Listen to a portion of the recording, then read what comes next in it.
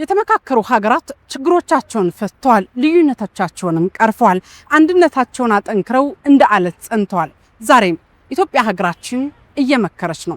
በታሪኳ ትልቁን እድል አግኝታለች። አንደኛ ትውልድን እናድናለን ከመጥፎ ነገር፣ ካልባሌ ነገር፣ አጉል ቦታ ከመሄድ፣ ያለምንም ምክንያት ደም ከመፍሰስ ትውልድን እናድናለን። አንደኛ። ሁለተኛ ነገር አገራችን ጠንታ ቆማ እንድትራመድ የትናንት ተምሳሌትነቷን እንድታረጋግጥ ያደርጋል።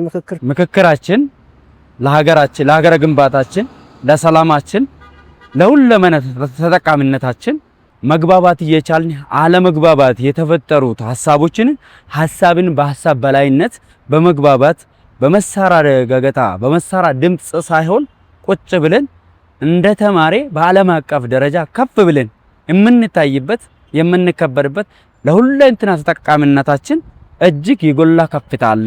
ብዙ ጊዜ መልካም እድሎች ወይንም አጋጣሚዎች ተመልሰው አይመጡም። ሲያጋጥም ግን እድሉን በአግባቡ መጠቀም የግድ ይላል። በዛ ደግሞ ጊዜው አሁን እንዳያመልጠን ምን ማድረግ አለብን? ከትንሽ እስከ ትልቅ ሴት ወንድ ሳይል በስነ ስርዓት በትክክል ወጥተው ይሄ ነገር እንደሚጠቅመን ለትውልድ ማስተማር አለበት። በተገኘበት አጋጣሚ ለምን እኔ የሌለኝን ያ ሰው ሊነግር ይችላል፣ ያኛው የሌለውን ያኛው ሊያመጣ ይችላል። አንድ ላይ ሆነን ድምጻችንን አንድ አድርገን እድሉ እንዳያመልጠን በስነ ስርዓት መስራት አለብን። ለሚያቅሰው ማቀበል አለብን። ይህ እድል መጠቀም አለብን። ጥሩ ወቅት ነው፣ ጥሩ ሰዓት ነው። ምክንያቱም ይህ እድል ካልተጠቀምንበት ጥሩ አይመጣም፣ ለሀገራችንም በጎ አይሆንም። ይህን እድል ለመጠቀም ደግሞ እያንዳንዱ ኢትዮጵያዊ የኔ ነው በሚል ይህ እድል እንዲጠቀምበት መረባረብ አለበት። ከራሴ ጀምሮ መጠቀም ያለብን አሁን ነው፣ ጊዜው አሁን ነው።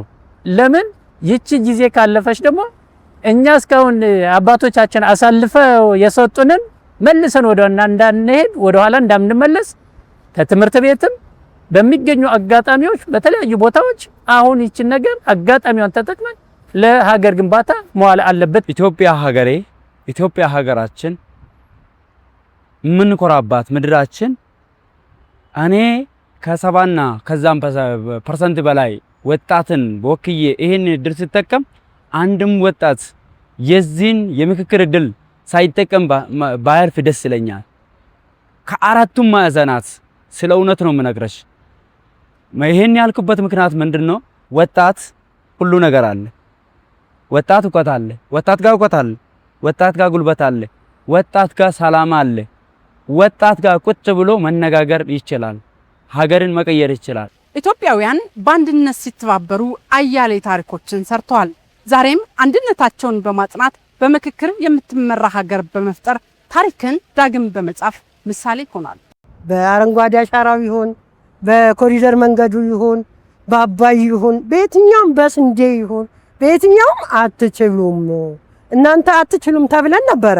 አሁን ግን ችለን አሳይተናል። አሁን ደግሞ ምክክሩን በላቀ ሁኔታ አይደለም ለአፍሪካ ለዓለም ተምሳሌት እንዲሆን አንድ ላይ ተባብረን እጅ ለእጅ ተያይዘን መስራት ይጠበቅብናል። ምክክር ጠቀሜታ አለው፣ ጥቅም አለው።